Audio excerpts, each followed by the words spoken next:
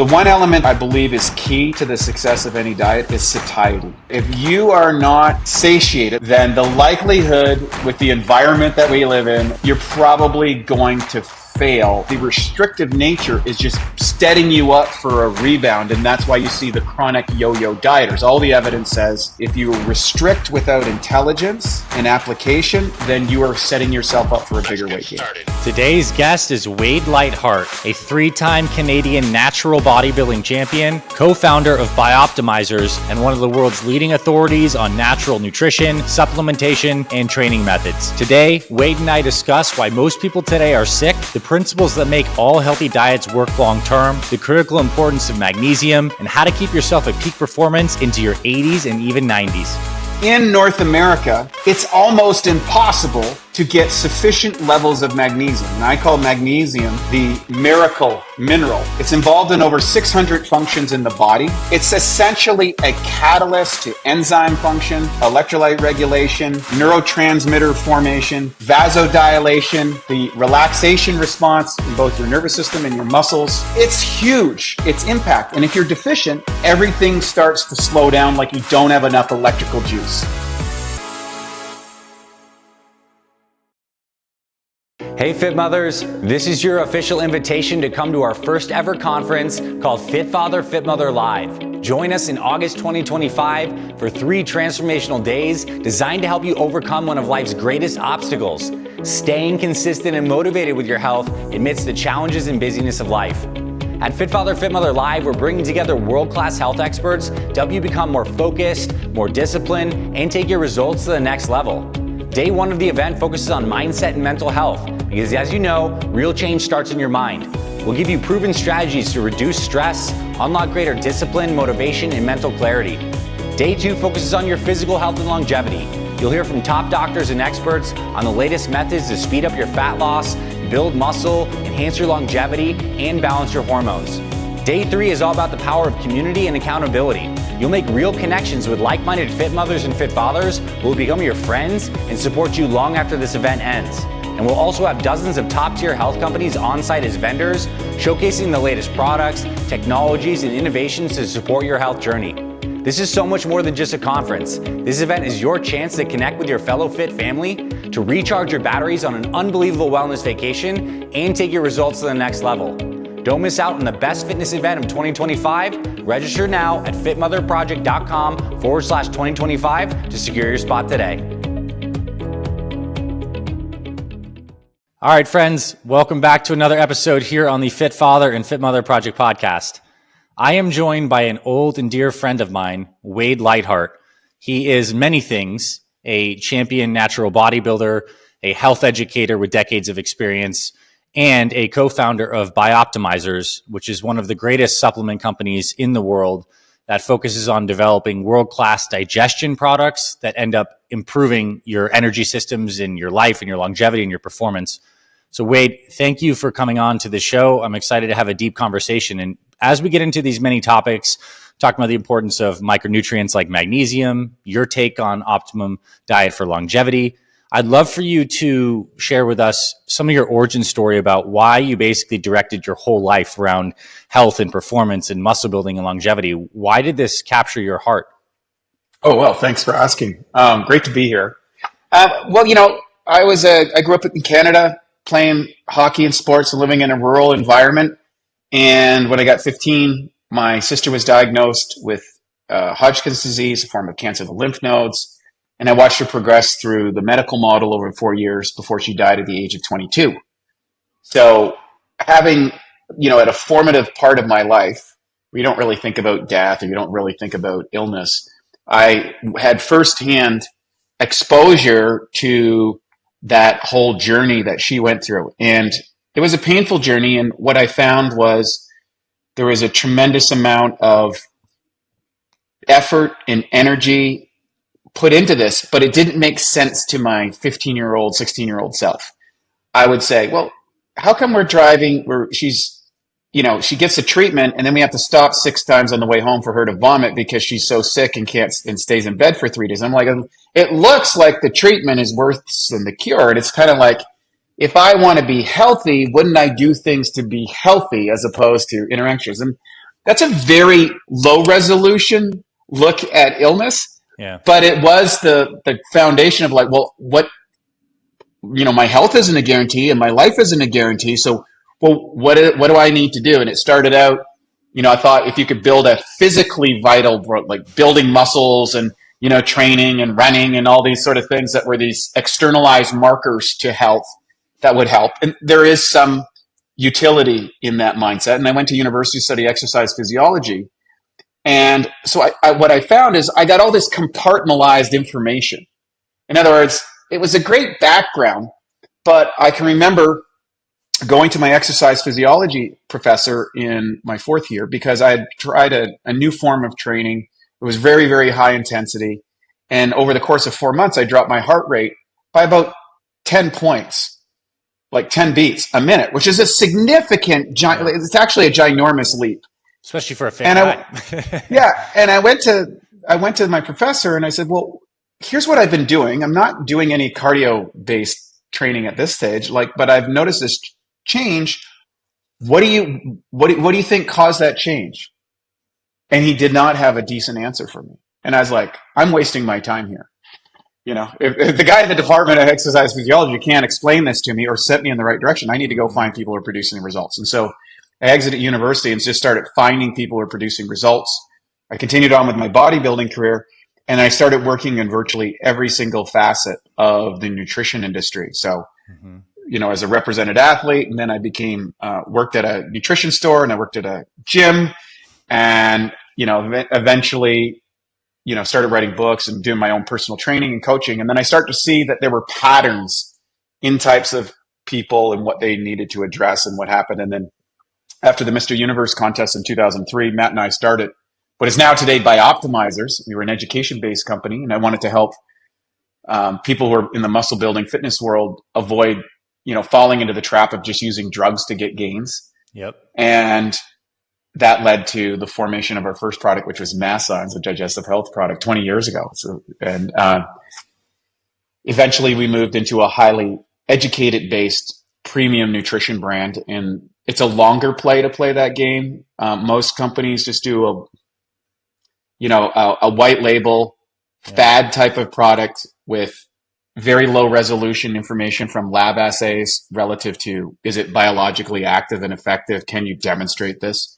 And so we decided that we built the best supplement company in the world that we could on a quality level, because we think that excellence always has its own rewards and that there's always a market for excellence. And that turned out really well. And now we're one of the premium brands in the space now 20 years later. So that was the journey. And I've always been fascinated with people. I love seeing people get more out of their lives. I love seeing people take iterations that change the trajectory, removes them out of pain and suffering, and moves them to what we call the new paradigm of health. And I believe firmly that, especially nowadays, that we can extend the quality of our life probably 20% more than its current level. I think that's a realistic objective. In other words, instead of just expiring at 80, you're expiring in 95. Yep. Or, variants of that, but you're feeling really functional maybe up to that last year or whatever. Yeah. And before the kind of cascade that seems to happen for people when they check out. And I've noticed the people I know that have lived long and healthy lives, they tend to be very functional. And then it's like, I don't know, like there's some theories that the death gene gets activated and there's just a cascade of failures across the system, and it's a quick exit and it's relatively painless. And I think that's the way to go. For sure. Now, I think the perfect question off of that, based on your wide experience, is, and your love for people and observing the psychological, mental, emotional, and spiritual aspects of health, why are so many people struggling today? Like, we may have the worst cardiometabolic health we've ever had, despite having the most opportunity we've ever had. Like, how do you speak and discuss this gap between what's possible and the results most people are getting? Like, what are the problems, whether it's cultural, business in people's lives? Like, what's the real issue as you see it? One of my spiritual teachers said something that's profound. I always go back to it. Environment is stronger than will. And inside of the United States, and I'll use some generational iterations to kind of give you an example. If you look at my grandfather, who went from wagons to rockets, literally, in his lifetime, the amount of physical labor that was involved in day-to-day activity in his early, set a foundation of physical competency. Mm-hmm. Now, I look at, say, my father, who sort of grew up in that world, but then was part of the rapid expansion of technology. And technology means, I'm talking from going from changing the channel to sitting in front of the TV all the time with a remote. Yeah. I'm talking about physical labor to non-physical social jobs. You know, I'm sitting in front of computers, the impact of light. And then the complete failures of our institutions who are supposed to guide, protect, and provide insights into what's healthy. So if we look at USDA, if we look at FDA, if we look at NIH, you know, because what the de facto thing that happens is, well, we're going to defer to an authorities. And I'm going to take one step further onto a family level.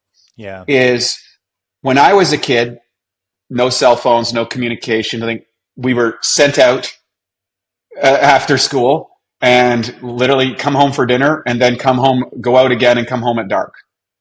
So you had a foundation of physical activity as well as exploration and the building of confidence. Fast forward now, people have to have play dates. And a play date, there's a deeper element to this. The play date requires a authority inside of that to monitor the natural socialization of the kids who are playing. We had to you call Johnny Poopy Face and he punches you in the mouth and you talk to mom and you're like, well, I don't call people names. Okay, I'm going to correct that after. But you had that time to integrate.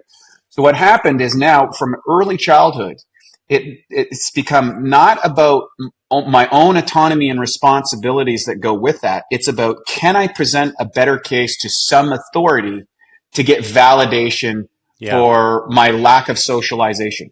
That compiled with, I think, corrupt, what I would call, I think Peter Mackey called it crony capitalism. That we don't live in a crony capital. We live in a crony capitalism. It's not true capitalism. Is that we have agencies and corporations who are using the tool of regulations to keep certain people out of their business and to maintain a monopoly on the decisions. And then you have a revolving door between the corporate interests and the regulatory bodies. For sure. Now, this has proceeded over the period of, it wasn't all corrupt, but it's just gone over decades and decades and decades. And at the end of the day, if you look at other models, the more we spend on health, the sicker that we get. Our life expectancy is dropping.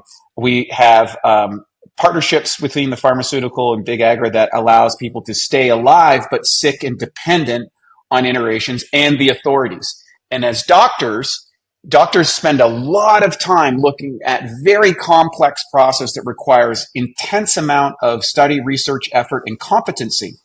They are often hamstringed by the bodies that they are part of and what they can recommend or do. And secondary, they don't have enough time to really take the time to re-educate. So it's just standard, bring them in the office, cut them a prescription, move them out the door. The food industry in the 1970s, a guy by Eric Schlosser wrote a book called Fast Food Nation.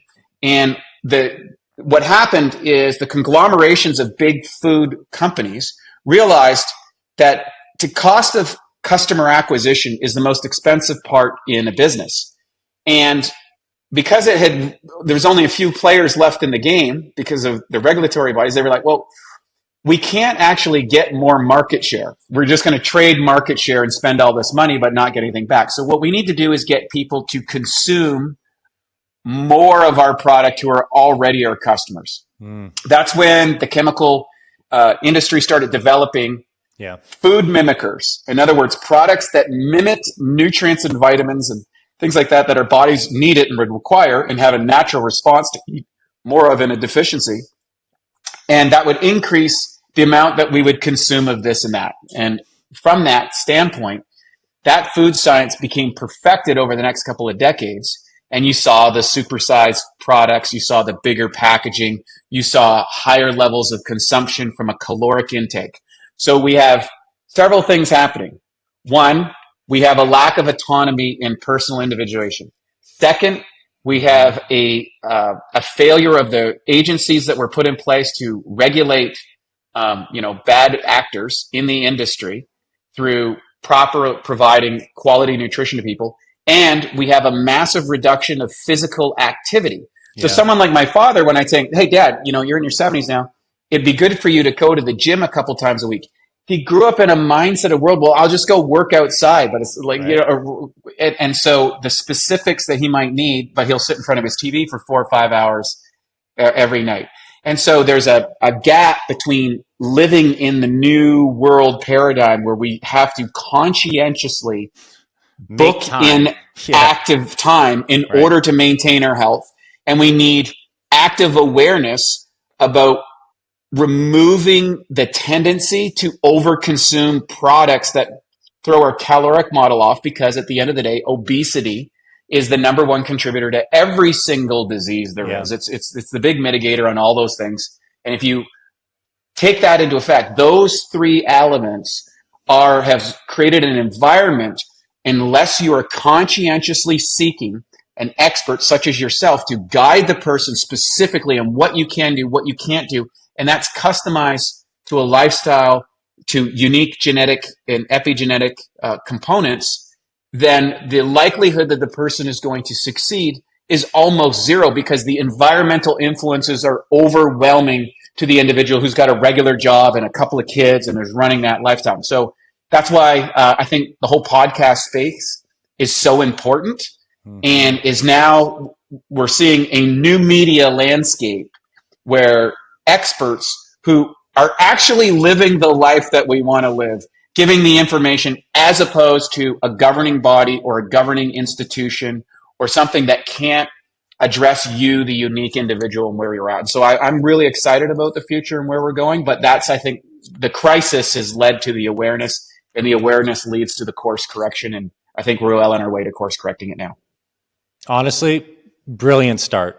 I think that was about as good of a summary of the landscape that I was nodding my way through as I've heard. I completely agree. And I think there's this next layer on top of it, is we've had this mostly well-intentioned health industry that has then propagated a cyclical round of different kinds of diets and ideas that work well for some people and not for others. And now people have their own failure metrics and stories wrapped in all of that. So it can even feel confusing to start. Now, you just wrote a book along with your business partner that aims to address some of the through lines and principles behind all these diets that work. And I think that's where I'd like to go next, is talk about, there are people today who are achieving great results eating only ribeye steaks and eggs. And there are people today who are eating completely plant-based diets. And there is a unique individual component for sure, but there's also a through line of principles that work behind all good diets. And so from the context of someone who wants to maintain good body fat levels, but is not necessarily looking to be, a competitive bodybuilder, but someone who wants to have great energy and they want to live a long time, what are some of these common principles that we can agree upon as the true through lines that you've uncovered in your work that people can know? And we can talk principles and then tactics that come off those principles, but I would love to kind of get a little more of a unified theory of nutrition for longevity, if you will. Yeah. So Matt, my business partner, is a keto guy, and I'm a plant-based guy. So we literally have been in this conversation for 20 years about how to overcome the dietary tribalism and the values and stuff. So what were some universal principles? One of the elements I think people have to look at, and we created a pyramid hierarchy of nutritional requirements. And at the bottom of that, we put spiritual, psychological, and emotional and social components. Mm-hmm. Food, in the consumption of food, is a highly social and cultural experience. And each individual has unique psychological and emotional built-in needs or tendencies related to that. So, for example, I grew up in, a hunting community. We hunted regularly for a living. We had farm animals and things like that. So those are common elements within the culture that I grew up. Being a vegetarian in that culture is virtually impossible from a social, emotional, psychological element. It's not going to work culturally. Okay. Even if it was the right diet for me. Now, conversely, you can go to a place like India. I just got back from India, which has the highest amount of vegetarians, I think, per capita in the world. And it's easier to be a vegetarian, but it's also very easy to be a diabetic. You have the highest rate of diabetes is the number one killer, but they have low cancer rates. So what's going on here? Well, the one element that I believe is key to the success of any diet is satiety. Yes. Okay, if you are not satiated, that means the feeling of fullness, that you're not in a craving mode, then the likelihood with the environment that we live in, unless you have just like moved off to a place where there's no access to anything, you're probably going to fail at some point. You might be able to hold that up for 3 months or 4 months, but oftentimes the restrictive nature is just steadying you up for a rebound. And that's why you see the chronic yo-yo dieters. All the evidence says that's a bad strategy. If you restrict without intelligence and application, then you are setting yourself up for a bigger weight gain. That's number one. Number two, I think recognizing now we have the ability to do this is you can look at your genetics and epigenetics and see which dietary strategy might be more effective for you. So when I look at the genetics of, say, my business partner, Matt, he does really well on fats and doesn't do as well on carbohydrates.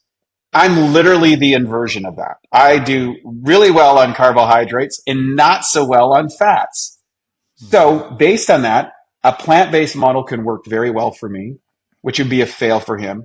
And anytime that I attempted a ketogenic style for me, I just couldn't stick with it because it didn't make me feel good. Yes. Metabolizing the fats was harder to. And then, so that's that piece. These can be mitigated by, significant food evaluations. Like as you get into any dietary strategy, you can get into particular elements that, some people will do better on, lamb as opposed to chicken or there's all those nuances, but generally for the general person, satiety, food regularity, exercise, high levels of hydration, and concentrated deep breathing around energy. Those things are really powerful. Most people don't breathe. They sit down, so they're only getting 30% of their oxygen. Right? The lack of movement and lymphatic drainage from lack of exercise. Low muscle mass or decreasing muscle mass. Muscle mass is the metabolic mover. So you've got, by doing muscle building on a regular basis, those elements are going to lead more. And getting out into regular sunshine and reducing all of the dysregulatory lighting that we're exposed to. And there's some great doctors in the area that are talking about that much of the study research that's not applying to light, since everything's in the solar system, is we've got to recognize that even on a cloudy day, it's about 100,000 kilowatt power. And inside we're under some like energy saving light that's flashing at a frequency that doesn't make our cells work right.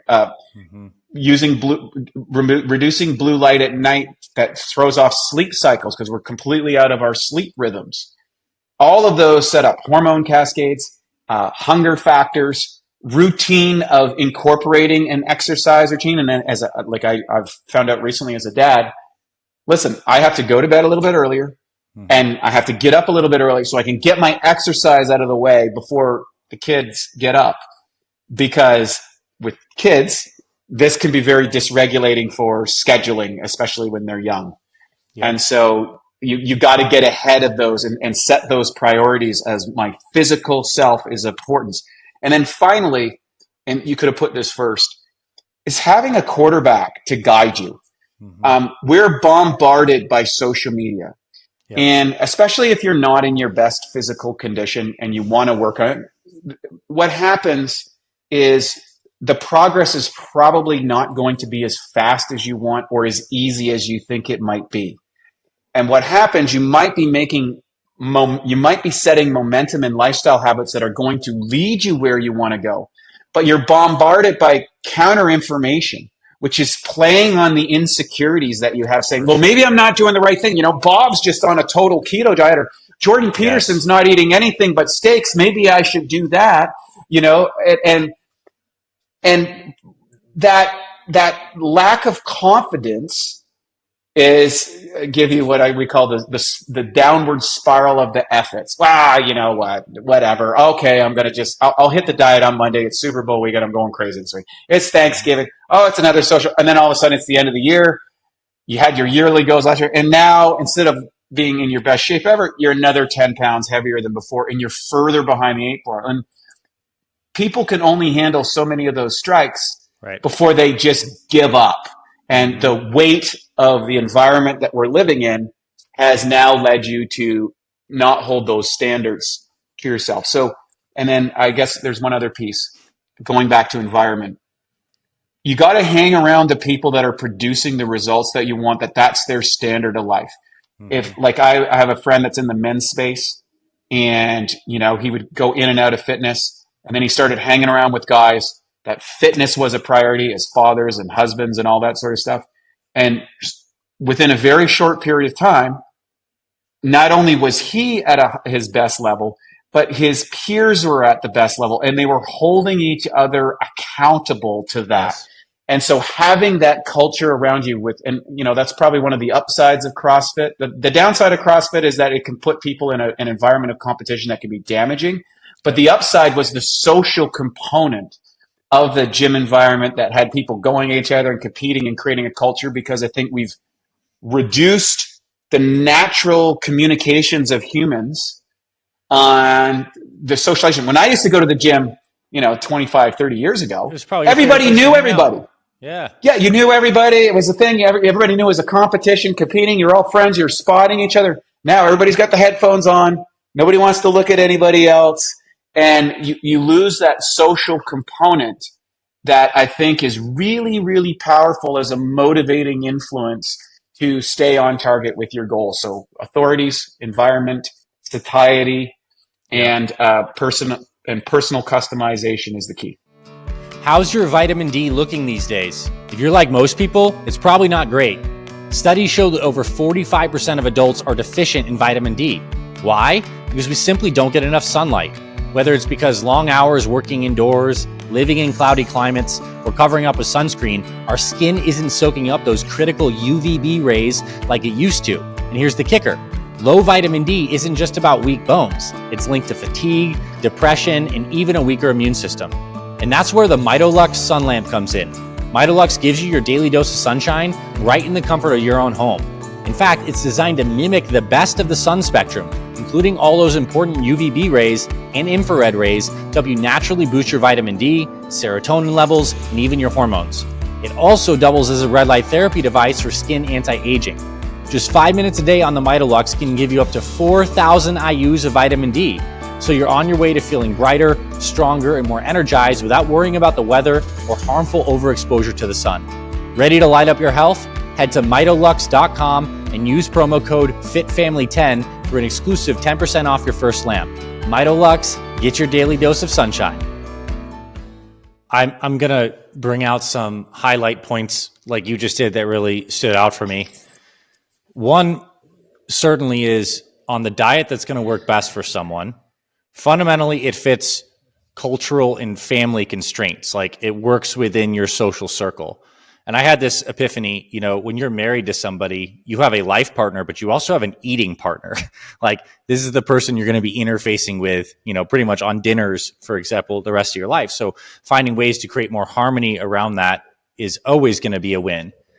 A diet that gives you satiety, energy, and good digestion, which would probably be the absence of digestive symptoms, absence of gas, bloating, stomach pain, anything where you have an intuition that something's not going there, you'll dial it in. We have the benefit today of nutrigenomic testing, which we may talk about more. But intuitively, Wade, you found your way to the diet that happens to support the genes that you have for the particular enzymes you have for a higher carb, better diet. So what I love is testing is available. That is great. Most people listening to this have not tested, but you can pay attention to your body and what's working. And gradually, even like subconsciously, we are steering ourselves on this health journey towards refining the things that really work well for us. Not to take away from nutrigenomic testing, but we're all kind of doing it through paying attention to feedback and energy levels and digestion. Do you agree with that? Yeah, one of my bodybuilding coaches way back in the day, Scott Abel. Scott Abel was a coach of mine for one show too, as funny as that is. Yeah, he was an absolute genius. And one of the things that he made you do is write down all the biofeedback. Were you tired? Were you energized? Did you feel bloated? What was your hunger levels? How was your sleep levels? All of these. He wasn't so concerned about the sets and reps of the movement. He was looking at the physiological response that you were at as a marker. Now, through that process, I continued on even after I was coaching with Scott, and we did some experiments on the plant-based performance side we kind of exhausted his repertoire, and he said, I don't know where we're going. And I kept that experiment going. He felt it was suboptimal for the bodybuilding community.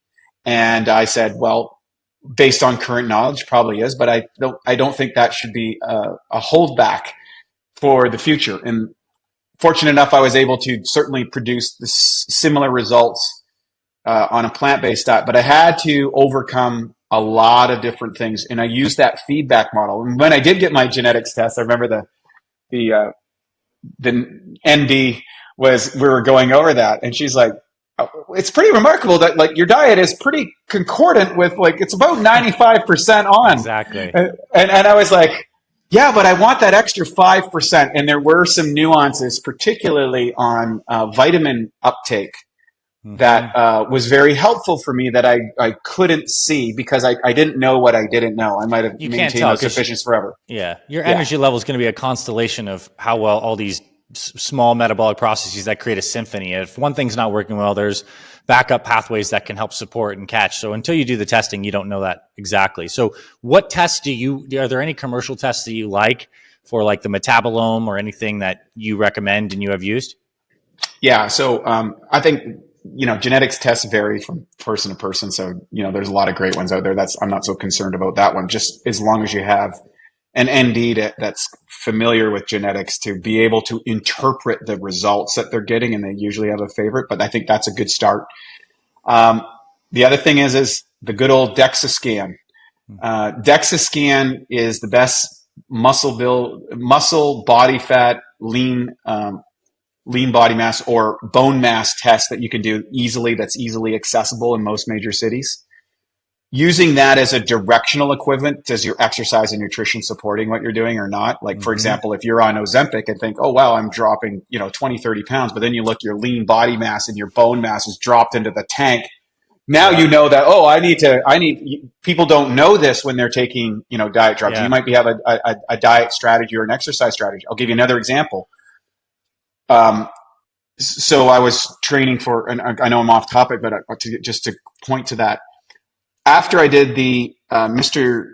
Olympia 2 years ago, I decided I would go run a marathon and never ran a marathon before. And I just said, I'm going to eat to fuel my running. And even though I was training probably twice the amount of time that I was training for the bodybuilding contest before I ran the marathon 6 months later, I gained 13 pounds of body fat during that time because I didn't know how to eat like a marathoner. And it literally took me about a year to recalibrate that back to where I want it. So that's a sub-intuitive aspect that I didn't know. So I would go about it differently now if I decide to go run another marathon. But it was a learning experience, and I wanted that learning experience. Spectra cell tests I like for seeing how much of the vitamins and minerals that are getting inside of your system. That was very helpful for myself. For most people, I think a continuous glucose monitor is a must, especially if you want to lose body fat or you've struggled with that, simply because the variability between your blood sugar and glucose response is radically different in people. I've seen people that can eat potatoes and they're fine. Another person eats potatoes and their blood sugar's through the roof. Like I could eat potatoes all day long. And my, my Irish Scottish eats is like eats in German. It is eat that stuff like nothing. But then you go maybe to say rice, my Japanese friends eats rice. Nothing happens. I can eat rice and get a massive spike. Yes. And so and then also, especially when you start supplementing, because I use protein shakes and things like that for my intermediary meals for speed and convenience. Yep. Getting the right mix to see how responsive your body to SpectraCell tests, I think, are really good inside of that. VO2 max, I think that becomes really important, especially as you age. So it's very hard to make big gains on the muscle mass side when you're, in your 40s and 50s. But it's really easy to make VO2 max gains in a relatively quick time. And that seems to be the best test for cognitive protection. Yeah. In other words, getting oxygen to the brain is going to make you feel good. And the key is to balance that again with your DEXA scan. Am I running too much? Am I not running enough? Am I not getting enough weight training in? Is my diet supporting my running, or is my, so I use that as an example to go back to see where you can find this divergence in what seems like a good idea, but is counterproductive. Love it. I think I can see goalposts that people have a couple times per year. You could have a check-in that involves the DEXA, the VO2 max, whatever blood work is relevant that you're working on. And, you have goalposts. And I think that'd be very motivating for a lot of people as they're recompositioning too. I'm thinking a lot about fit mothers in our community. There's many of them as they start strength training, they are building muscle and losing fat at the same time. Body comp is changing. Scale is not that much. The DEXA would show that and it would be a huge success. The scale shows that and there's some subtle punitive stuff in there. So I love this expanded metric plan that you have. Yeah. And then another one I would say is get something like a pulse test, which is basically showing cardiac damage inside the system. There's some other heart tests out there. I use that one. And why am I addressing those ones? Well, heart disease and diabetes and obesity are three of the biggest components that lead to death, right? And cancer, I believe, is a derivative of both of those in that if you have unregulated blood sugar and you're obese, your likelihood of cancer goes up.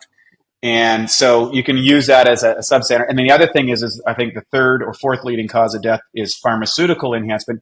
If you have one of those conditions, you're going to get prescriptions from the doctor to mitigate the decisions, or mitigate the symptoms of that disease. But they may have corollary problems that are going to get you back into the doctor and may have some suboptimal long-term outcomes.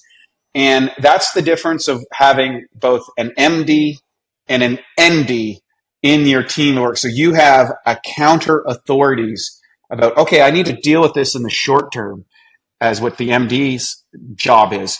But how am I going to mitigate the lifestyle stuff? Because many of the meds that people think they're dependent on can be completely gone off under the guidance of an ND over time with the right lifestyle and the right dietary integration. So those elements should take you out of the high risk factor into the low risk factor. And I believe those are the elements that are going to allow you to live that long, strong, healthy life that I'm envisioning for our clients and for people around the world. Yeah. Beautifully said. All right. A couple directions here. You have had this lifelong love for lifting weights and building muscle. Has your training changed in the last 5 years or so? And has your thinking in terms of advice that you would say for people when it comes to, let's just say strength training in particular, but how you would program or the kinds of things you do? What is some of your most topical advice for people in their fifth and sixth and maybe even seventh decade of life who want to build muscle, who want to perform? And like, how do you counsel them on the exercise component? Yeah. So early in my career, it was, as I like to say, balls to the wall kind of stuff. So you're going as hard as often as you can. You're in a continuous caloric surplus to meet the demands of growth, and everything stems around it. So either high volume or high intensity. Those are the two ways. It's not an either or for folks. Again, it's like the dietary story. You can go one or the other. As you age, your ability to hit high intensity is going to diminish significantly. So I would rather see you move, and same thing as volume. You're just not going to be able to do the volume either from a lifestyle standpoint because you got other responsibilities, Sure.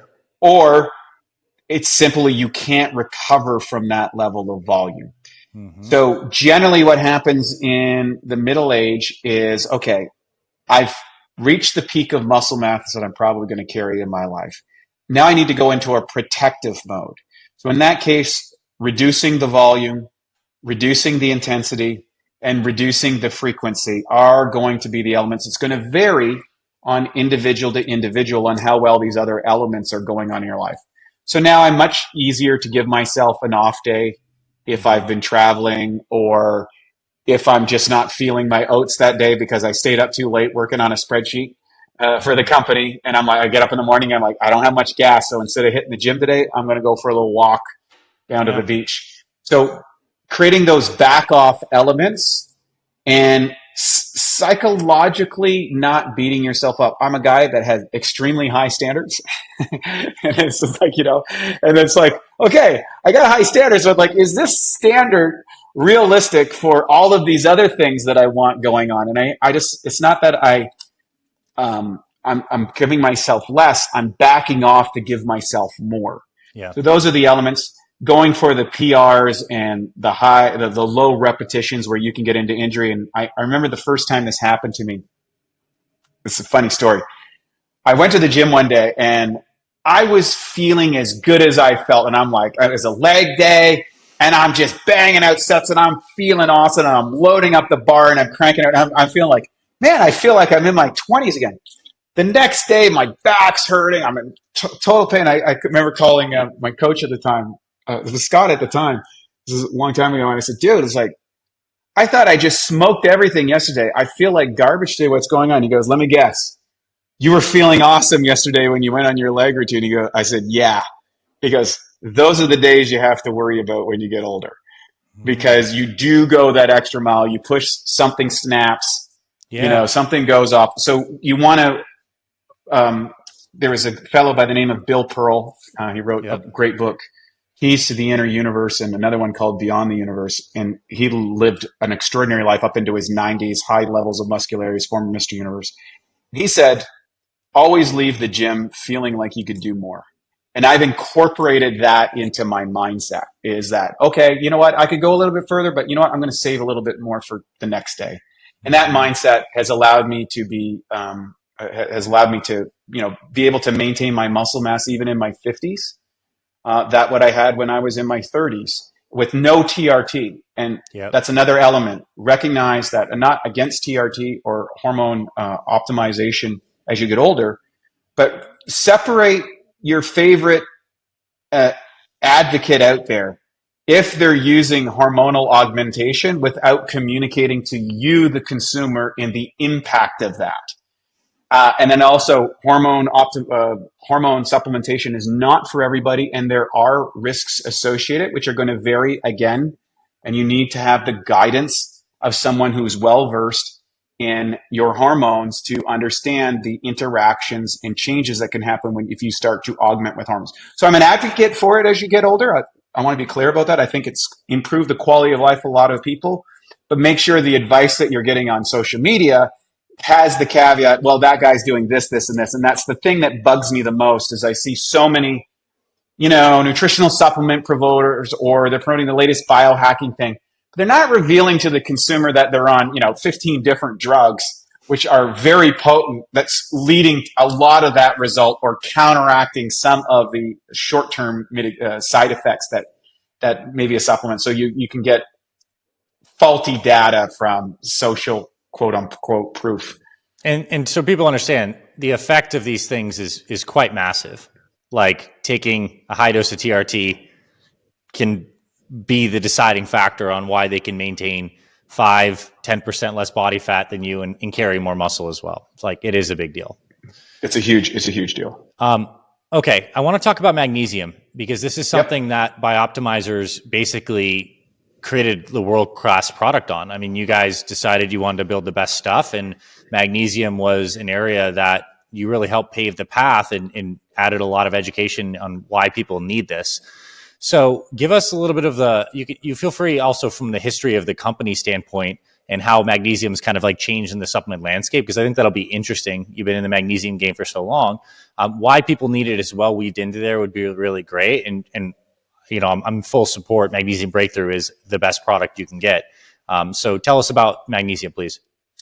Yeah. So going back to that whole agricultural model in the after World War II, we moved to from traditional crop rotation on our farms, which you do a 7-year crop rotation, 1 year that you would plow hemp back into the soil to reconstitute the soil, and 1 year you would let the soil, you wouldn't plant anything on it to regenerate, and then you would rotate. So maybe this year you're going to do potatoes, and next year you'll do corn, and the next year you'll do whatever. So every farm used to run by those parameters. Well, when the industrialization of America happened during the war and then post-war, what happened is most of the population began to move into cities. And that means food needed to be trucked in. Now, the regulatory agencies decided, whoa, now that so many people are moving out of agriculture and farming, we need to create standards in order to maintain that we have enough food to support the population. So this is, I'm not projecting this as some dark aspect. It's just like, okay, so let's go into monoculture farming and creating, food boards to make sure we have enough of these staples so that we can supply. And so that agency came in and the farms started to remove that old generation's plan of reconstituting the soil. Then what happened out of that is they said, well, now we have to go for the yield of products. So we can increase the yield if we add things like fertilizer. So we add nitrogen into the soil and that boosts the growth rate. What wasn't checked, maybe the technology wasn't sufficient to know that, is the faster you grow something, the weaker that plant is. It doesn't have as much minerals and vitamins and bacteria cultures. And so they started having crop failures from monoculture farming. So they were getting funguses and parasites and bacteria, like all these things. So then instead of addressing the root cause of we need to remineralize the soil and stuff, we're going to add, herbicides, pesticides, and fungicides, chemical agents to kill these entities that are destroying the crops. Then we had to make crop resistant products like genetically modified products to be resistant to the pesticides. The pesticides is disrupting the bacteria. Long story short, over the course of 70, 80 years, we get to present day when, an orange, for example, in 1950s, you would need like 55 oranges to get the same equivalent in the actual nutrients. So our caloric model was a low resolution way of looking at nutrition, not looking at nutrient yield. And I challenge anyone, go out to an Amish farm or a Mennonite farm or someone who's using heirloom seeds and go eat your favorite food, potatoes, tomatoes, cucumbers. You have one of these things and it's like, oh, I'm full. There's a satiation that happens from a very small amount of food because the nutrient density is so high. I guess I should have put that up on the longevity but aspect. That nutrient satiation density is directly correlated to nutrient density for sure. Yeah, so nutrient density.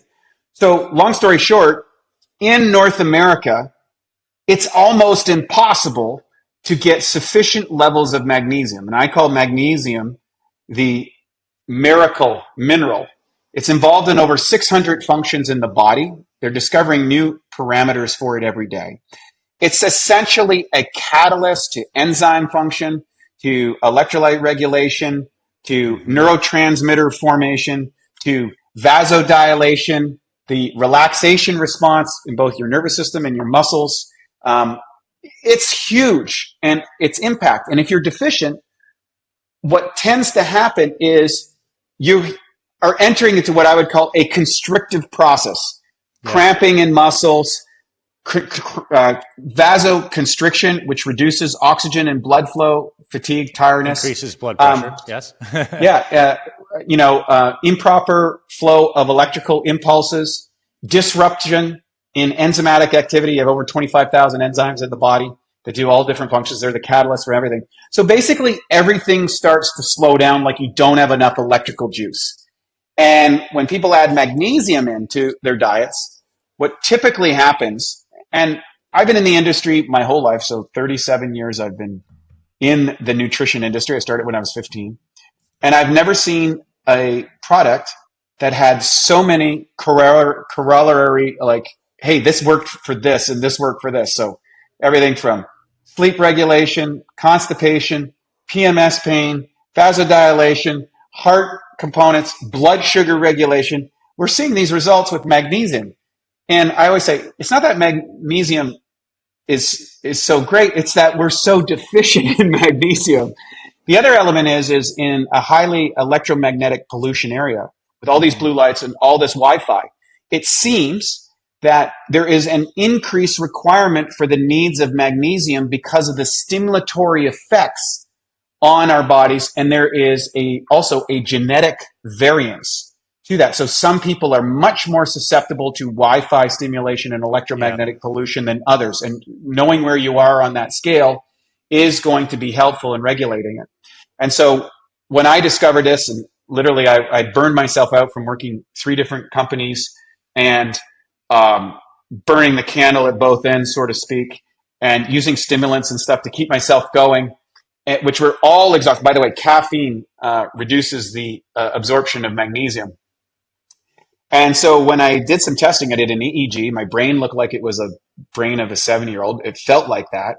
And my SpectraCell test said that I wasn't getting enough magnesium. I'm like, I'm supplementing with magnesium. How's that possible?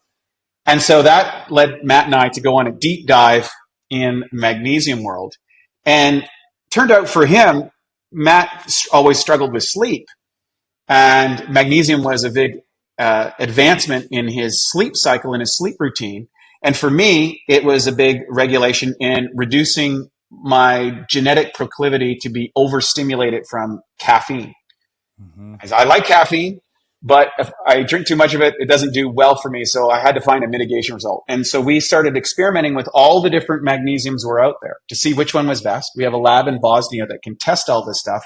We do the InfoGest, which is the gold standard for determining how something digests. We have specialized microscopes. It costs us a lot of money, so we can see if is it going into the cells, how bioactive the raw ingredients are, because there's a big variance between the quality of these elements, and then what composite of these elements would actually produce the best result. And that's where we led that there was not one single magnesium that actually solved all the problems. It was much better to do a composite of various types of magnesiums that we would get an overall general uptake better and a proliferation of the anecdotal references that came back for what this magnesium did. We have theories around why that might be. That's very hard to prove, but what we can say is most people who have tried magnesium or haven't tried magnesium, when they try magnesium breakthrough and put it against other components, they can actually feel the difference and see it in a qualitative aspect of their life. And so we do all of our testing with our lab. We have 20 PhDs and master students who are literally doing experiments every day on how effective we can make our products, how more effective we can make it, how we can use better raw ingredients, etc., and how we can combine things that they actually work as opposed to a bunch of theories and opinions. That's awesome. When do you take your magnesium? Do you have a particular time of day that you take magnesium breakthrough? Yeah, I take it usually once in the morning and then once before bed. And the reason I take it once in the morning is because, oftentimes I come in and I make myself a stimulatory beverage. And I want to make sure that I'm not taking out all the magnesium out of my diet. And of course, I sweat a lot and I train a lot. And I have high levels of requirements for magnesium in my diet. So I make sure that I take about 3 caps a day now. So. Nice. And can you highlight some magnesium-rich foods? I know they're going to be deficient from a standpoint of what might have been 100 years ago, but are there some foods that you counsel people to focus on or add into their diet? Yeah, well, I think the first indication that you might be low in magnesium is cravings for chocolate. Chocolate is very high in magnesium. Avocados, all your nuts and seeds, bananas. The thing about bananas, most of them are gas ripened, so you don't get oftentimes the higher quality that you would get if you were eating it in a local environment. Leafy grains, tofu, and legumes. Now, interesting enough, all of those things are in my diet. Me too, pretty much. And I wasn't getting and I wasn't getting enough magnesium sufficient to my needs. Yeah. And keep in mind, again, I'm pushing it, doing saunas and doing, whole cat machine, sweating a couple times a day, hitting the gym, all that sort of stuff. And then using stimulation, like, caffeinated beverages and nootropics and things like that in order to get my, keep at the high level. So I'm exhausting magnesium, and I'm in Venice Beach, California. So it's like I'm surrounded in a pool of electromagnetic pollution. Yeah, for sure. All right. Well, that was certainly very informative. I have a final direction I want to take this, and I want to speak to you as a parent, dad to dad. You have a son, and you're going to be taking a lot of your knowledge that you've developed over the years and gained, and transmitting that into a parenting and family culture that he thrives in. What kind of advice do you have for parents who want to raise healthy and robust kids? And that can be pulling in some of the stuff we talked about today. It could be specific nutrient recommendations. Should parents be giving their kids a multivitamin? What's the case on like screen time, getting outside? Like however you want to approach that, I guess, being a fit father yourself, like how do you translate that culture into your family? Yeah. Number one, you got to be conscientiously creating that culture. In other words, I have a lot of friends who have had kids that are older now, and they've gone through this process. And the ones that have been successful have created an identity around nutrition in their day and exercise in their day and earning their screen time versus just having their screen time. Okay. So I'm not taking screen time away, but you earn it through exercise. In other words, we got to have so many hours outside to get so many hours inside. Mm-hmm. The second thing is seeing the parents taking vitamins and supplements and being conscientious around sharing with them. Kids are very pliable, and sharing with them the value of healthy foods and how that makes them smart and strong and lots of energy, and how if they're sick, these integrations can help them get healthier, because kids are very motivated and they're very pliable. If you can get them in those earlier years, and the ones that I know that have been doing that in the early years, it's much easier in the later years. That being said, if you're starting out now and your kids are a little bit older, setting the standards for your own physical fitness and what you're doing around it will influence them. Your kids are watching you. And so if all of a sudden they see dad is, he's making a point of hydrating every day. They see him taking, a protein shake a couple times a day instead of going to the Burger King. They see him making a salad instead of ordering in for pizza. Well, and all of a sudden you lose 10, 15, 20 pounds. They're proud of their father for making those adjustments, and they start to mimic and imitate those things around the culture. That's the culture that you've created in your house. And they're more than happy to go out and start sharing that and building it as part of their identity, is that we're a healthy family. We exercise every day. We love eating healthy. We love feeling good and feeling strong. And we earn everything that we get. So you don't get the screen time if you haven't done the physical work or done, your nutritional homework. And then also another thing that I've impacted a number of father friends of mine is doing an old Scott Abel thing about, okay, here's the one day a week that's your day to kind of have the fun foods.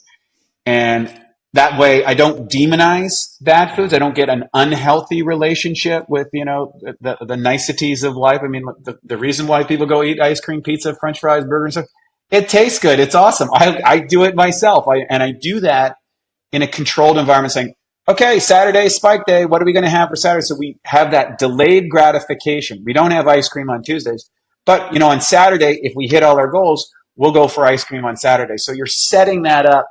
It's a special occasion, not a daily occasion. And again, that creates that environment that's helpful. And so that's what we're attempting to do with our child. And we'll see how it turns out over the long run. But I know my friends who I've helped coach around that seems to be the success standard. Super helpful. I appreciate that a lot as a nice button to this conversation. And I'll say, if anyone's inspired by this, they can go to BIOptimizers.com. And at checkout, you can use our code FITFAMILY for some special discounts and gifts that you include for our listeners. So Wade, thank you for being a partner and a part of this community and a huge health advocate. I appreciate you coming on today, and I want to leave it to you one more time for any closing thoughts or words of wisdom for our fit fathers and fit mothers who are listening. Yeah, we're on the edge of the greatest cultural change around fitness and health that has ever occurred in our entire lifetimes. Right now, the technology exists for all of humanity to live stronger and longer than ever before. The availability of experts such as yourself has never been easier to get really solid counseling about what you need to do and how you need to do it, and to find supportive communities around it. I think that the next 50 years is going to transform human health and human performance for a select group of people, the people that take the time and energy to do that. The downside is if you don't, you'll probably go where everyone else is, which is decreased life expectancy, an increased disability adjusted life expectancy, and a premature death, and a very painful route. So the choice has never been clear. We're at a fork in the road. And I would say that taking the fork upwards to this new paradigm of health, which is emerging here in America, is going to lead the way in this. I think that it is the most exciting time to be in this. It's never been a better time. Feeling great is always the best medicine. And if I could share with people, like, the quality of life that I experience on a day-to-day basis, and the people in my sphere of influence who are in their 50s and 60s and beyond, we feel great and we're able to perform at the highest levels at an age where most people think we're slowing down. We're not slowing down, I'm calming down. And the idea is that we can move this paradigm forward so that we can have productive, healthy, functional senior citizens, not go off to the home and catch a retirement and sit on a beach. I'm talking about living strong and being excited about contributing to the future. That's where we're going. We're excited about it. And BIOptimizers is doing our part on that process. So thanks for having me. I really appreciate it. Phenomenal. I'm pumped up. I got some chills on that. Thank you so much, Wade. And thank you everyone who's tuned in today to this amazing conversation. And we'll see you back here next time. Hey there, my friend. Thank you so much for tuning in to this week's episode of the Fit Mother Project podcast. If you love what you heard, I have a favor to ask you. Please consider taking 60 seconds right now to leave us a rating and review on our podcast. Leaving us a review is super quick. It only takes a minute, and it's so helpful to us as it really boosts this podcast to reach more people who need this information and this message. If you're listening on Apple Podcast, you can leave us a star rating and review. If you're watching on YouTube, you can hit the like button and leave us a comment. Overall, I truly appreciate you being with us here on the podcast. On behalf of me and my entire Fit Mother Project team, we truly feel honored and grateful to support you and your family on your journey to fantastic health. I thank you for your support of this podcast and of this mission. Also, if you're interested in joining our Complete Fit Mother program and becoming an official member of our community, you can visit our website, fitmotherproject.com. And on the Fit Mother site, you'll be able to see our Complete Fit Mother program, along with our online store with the best supplements designed for busy moms. And you'll also find a ton of free resources like recipes, workouts, meal plans, and more. God bless you and your family. This is Dr. Anthony Balduzzi signing off. I'll catch you on the next episodes of the Fit Mother Project podcast.